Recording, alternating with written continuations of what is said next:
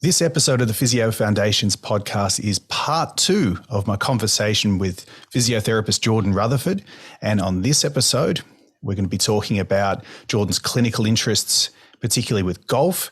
And we're going to be talking about strength and conditioning and measuring strength and function in the clinic with handheld dynamometers and force plates. It's going to be a lot of fun. Let's go.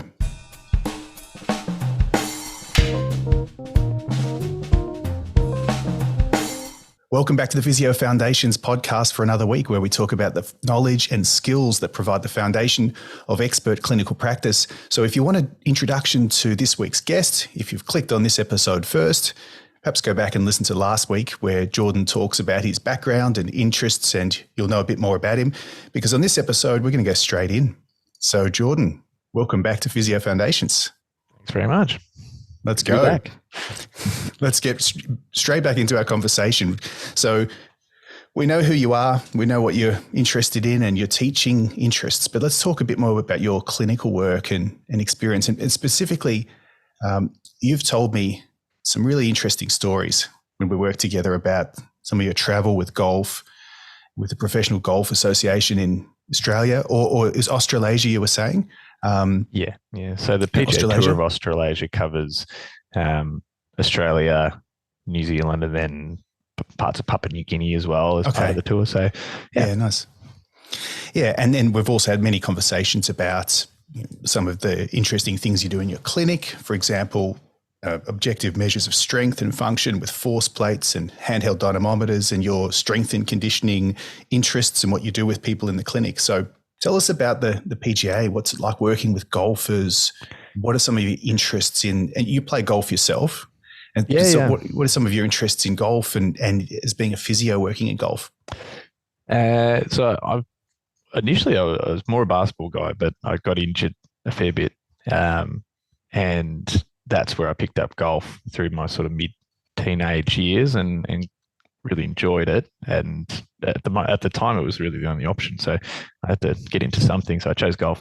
And then between high school and university, when I knew I was going to become a physio at some point, or at least I was getting into the course, I got to go over to the US and see one of the big golf tournaments over there, the final of the FedEx Cup, and the guy standing on the 18th green that wins the tournament. I think he won $12 million that year. And so it was a big tournament, or $12 million that day. So I did get to go into the PGA Tour van that day and see what they call physical therapists over in the US, but what they did. And I thought, gee, this would be cool. Wow. What an experience. Yeah. And that was sort of before I even started the physio course, but I thought, yeah, this would be cool. It'd be nice to, if this ever was an opportunity, this would be what I'd like to do with physio.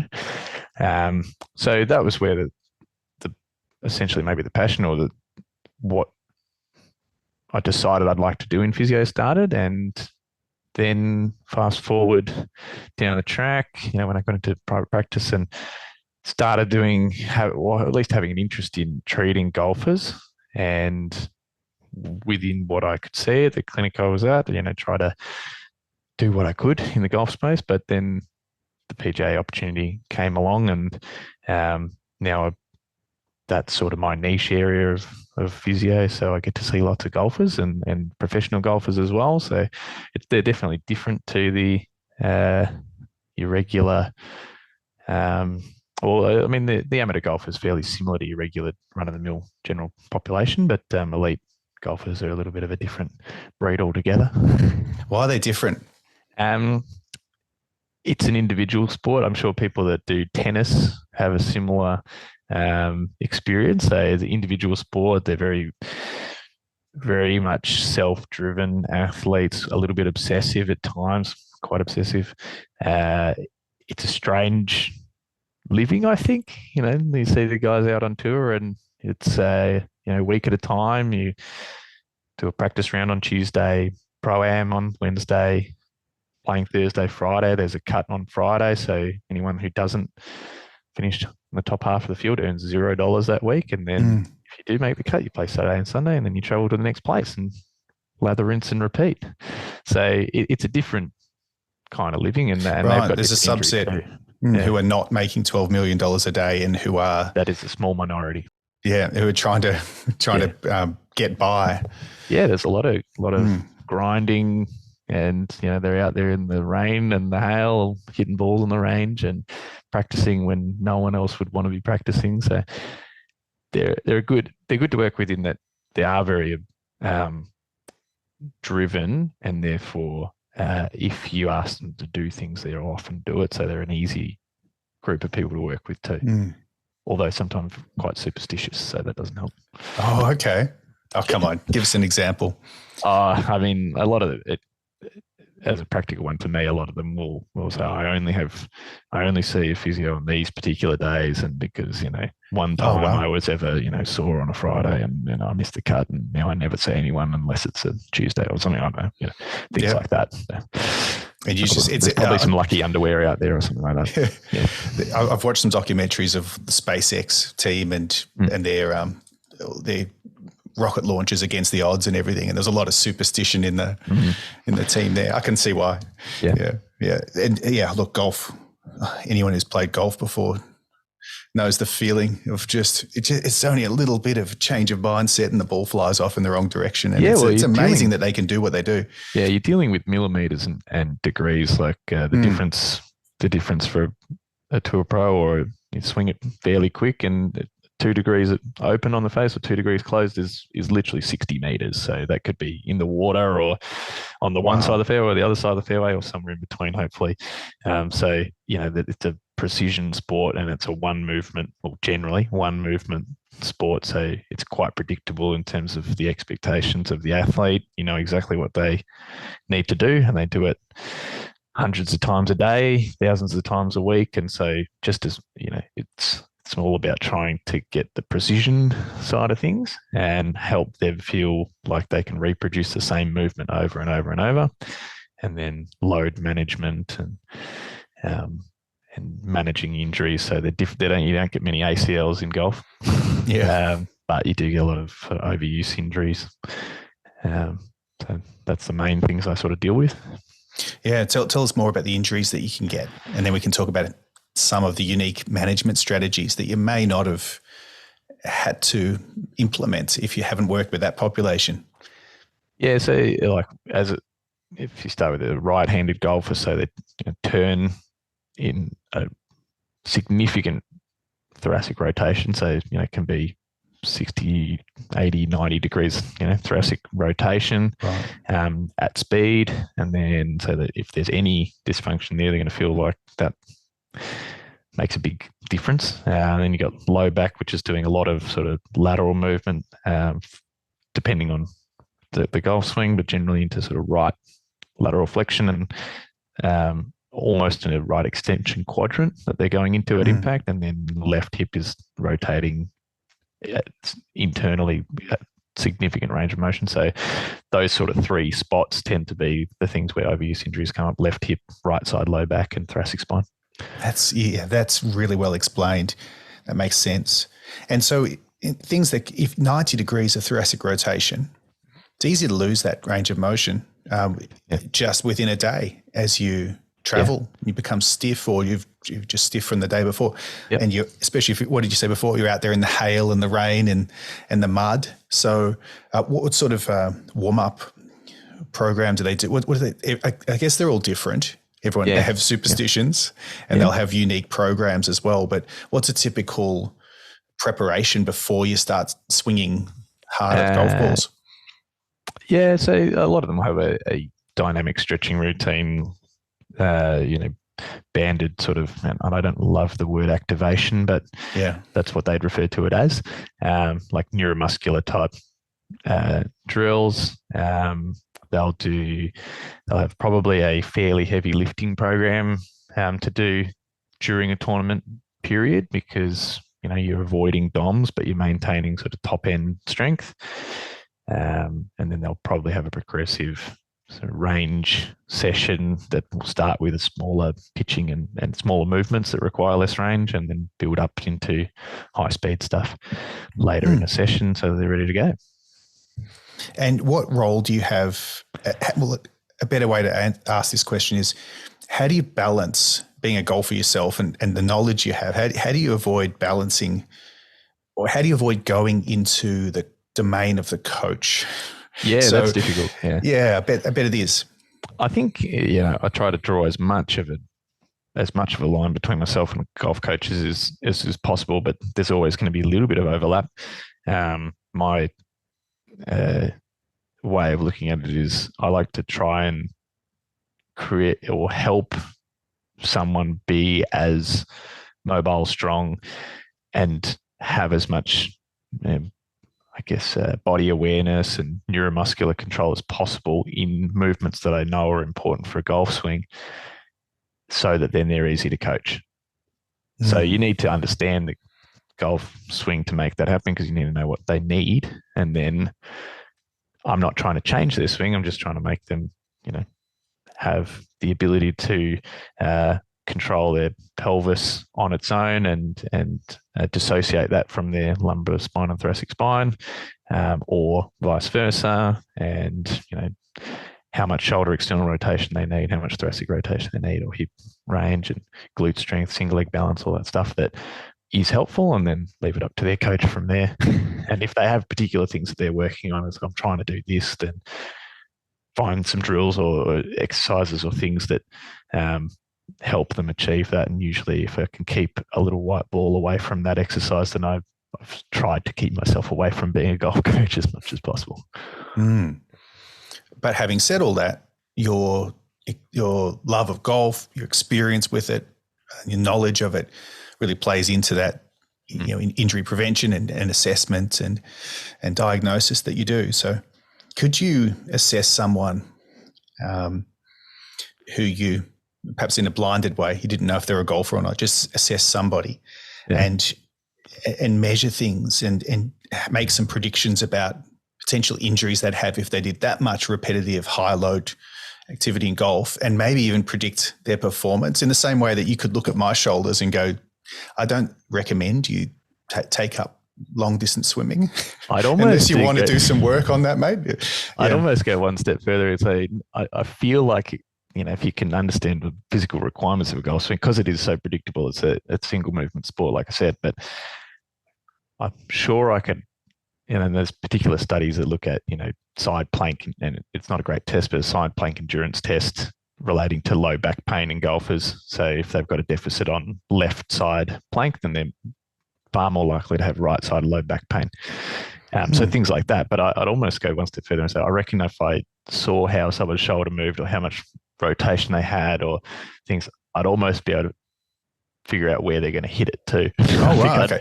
Like there's things that you go, if you don't have enough shoulder external rotation, you're more likely to bring the club out in front of you, so the club path is left, so the ball's going right. So you could tell them that they have a slice, or probably that they hook the ball or whatever, just by looking at how their body moves. So yeah. Isn't that interesting? You could do that with me next time we're at work, and then I'll go and have a hack with the kids when they play their little games of golf, and see if you're right. Yeah. I feel like going to a question that you and I were talking about offline, which was your interests in potentially measuring some of the data with the people you work with in your clinic. And so you mentioned a club head speed as being this parameter that's really important for performance. That makes sense to me as someone who can't play golf very well. Moving that club head onto the ball with speed for distance and control, and so you're interested in preventing injuries and performance. Can you tell us a bit about your interests in, so there's predictors of club head speed and the strength tests that you might want to do? Yeah, well, I think if I've got a golfer, and I guess that maybe I'll be on a bit of a tangent as to how I got into strength and conditioning, but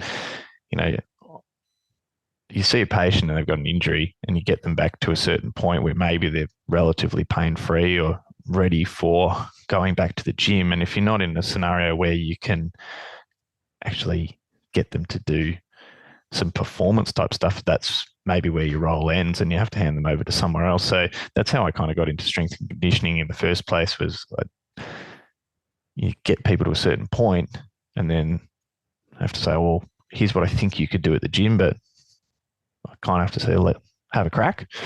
And then by doing a bit of strength and conditioning training and getting involved in that a little bit, then you can see people past the injury point, past rehab and into performance and enjoying what they do and back to, performance rather than just rehab. So that's how I got into it. And so then, I might have a golfer that comes in, they've got a rotator cuff tear or, hip OA or, just a bit of a sore thoracic spine. But then you can start to pose the idea of how can I help you be a better golfer or enjoy your golf more and be less likely to have injury? And so having objective measures around what's important for that person to be a better golfer, or my role as a physio, to be a better golfer, the thing I can add is speed and strength and body control. So that's what I can offer someone. I can sort of do a test, figure out where they're deficient and then say, well, this is how you can make your body more susceptible to being a good golfer.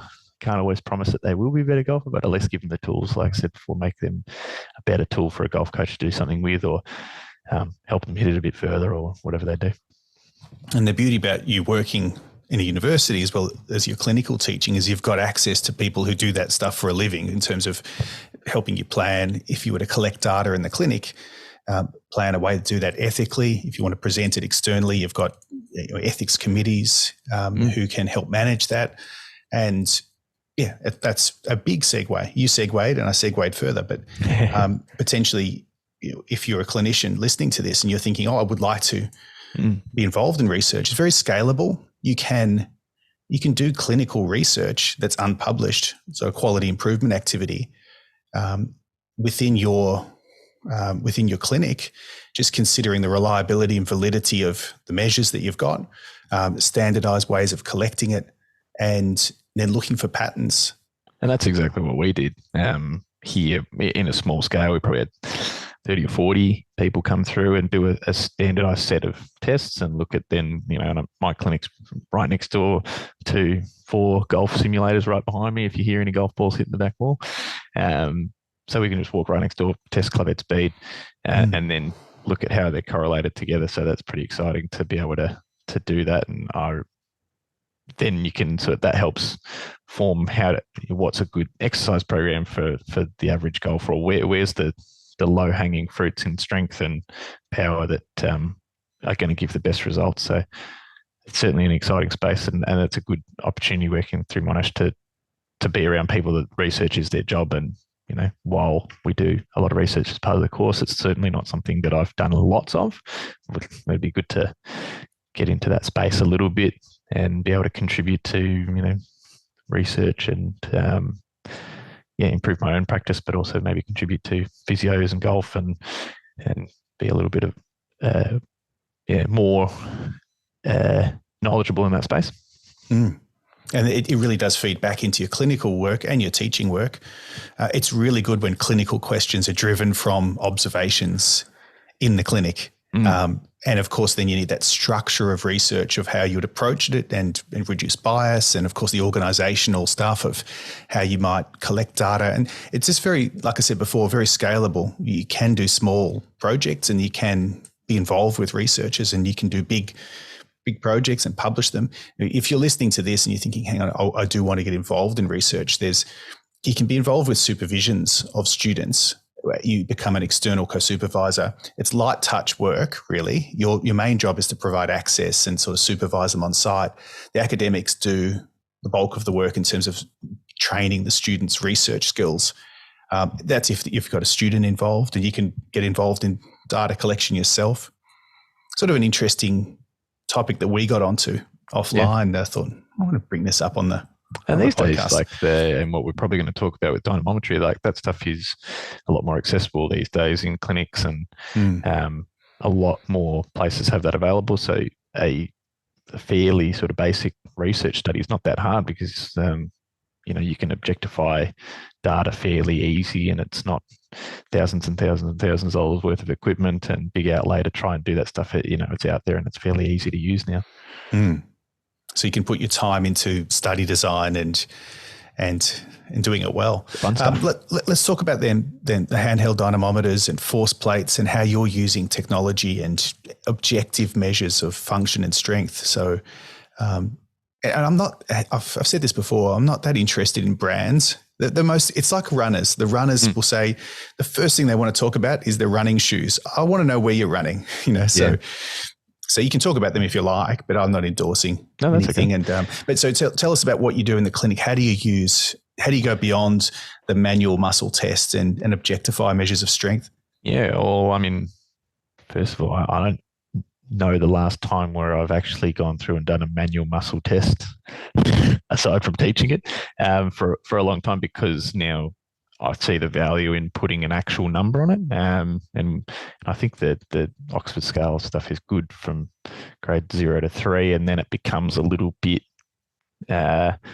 wishy-washy, maybe, trying to differentiate between it. The actual scale, all it is some resistance, and the maximum resistance that I want to know how much that is. Yeah. And if Jill, the 90-year-old lady who's had a fall and you're getting her back, and if we could say she has grade 5 strength, and then there's a guy who's a power lifter, Olympic power lifter, and he's got grade 5 strength. So his shoulder's a bit sore and he goes, it feels a little bit weak on my right side. You go, well, we've got grade 5 strength. But, being able to objectify exactly what they've lost or where they're a little bit deficient is helpful for me in sort of, again, guiding what exercise is going to be helpful for this person. And along with that, for the patient, they get to see where they're at and then their progress across time rather than trust it. Everyone says, you got weak glutes, which is a classic. But, and I could stand there and tell people that, but I like that by doing objective testing that it can't really lie to you unless you set it up poorly. And so, you might hypothesize that someone has weak glute med, but they might just be, really weak in their hamstring or adductors or something. I don't know. There might be somewhere that you didn't think about that, or it was hard to test, and then you've got this data in front of you. Go, well, how do I rationalize that? So it does help guide, where you might choose to do exercise and what you might choose to do from a strength point of view, but also I think it helps a lot with even your clinical reasoning skills, that you start to see people go, actually, maybe not everyone's glute med is weak. And maybe there's other things that are worth looking at, and you can then look at the data and go, okay, well, how does it all relate? So, I think it started off with the strength and conditioning stuff for me, doing, trying to be as objective as possible in doing maybe a 1 rep max test or a 3 or a 5 rep max test, and then looking at exercise as a percentage of 1 rep max. But it's hard to do with our example of Jill, the 91-year-old lady.